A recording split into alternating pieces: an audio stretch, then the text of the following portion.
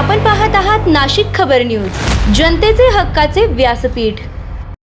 नाशिक गुन्हे शाखेच्या युनिट 2 ने सातपूर परिसरातील बॅटरी चोरीचा गुन्हा उघडकीस आणत रेकॉर्डवरील आरोपीला अटक केली असून त्याच्याकडून तब्बल 1,50,000 रुपयांचा मुद्देमाल जप्त करण्यात आला आहे।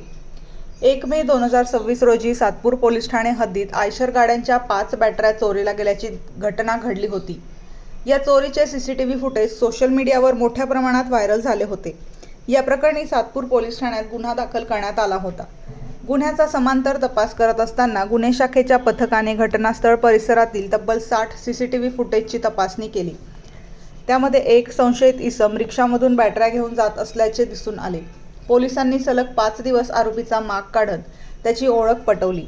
दरम्यान आरोपी अनिकेत गणेश पाटील हा वडाळा गाव परिसरात रिक्षासह उभा असल्याची गुप्त माहिती पोलिसांना मिळाली।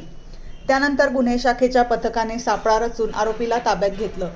चौकशी दरम्यान त्याने रिक्षा क्रमांक MH15 FU 9812चा वापर करून बॅटरी चोरी केल्याची कबुली दिली।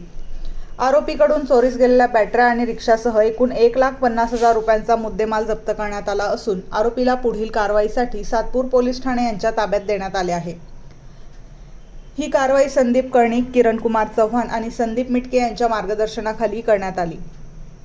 गुन्हे शाखा युनिट 2 चे प्रभारी अधिकारी हेमंत तोडकर, डॉक्टर समाधान हिरे, यशवंत बेंडकोळी, मुक्तार खान पठाण, बाळू शेळके, गुलाब सोनार, अतुल पाटील, मनोज परदेशी, चंद्रकांत गवळी, वाल्मिक चव्हाण आणि सुनील खैरनार यांच्या पथकाने ही उल्लेखनीय कामगिरी पार पाडली।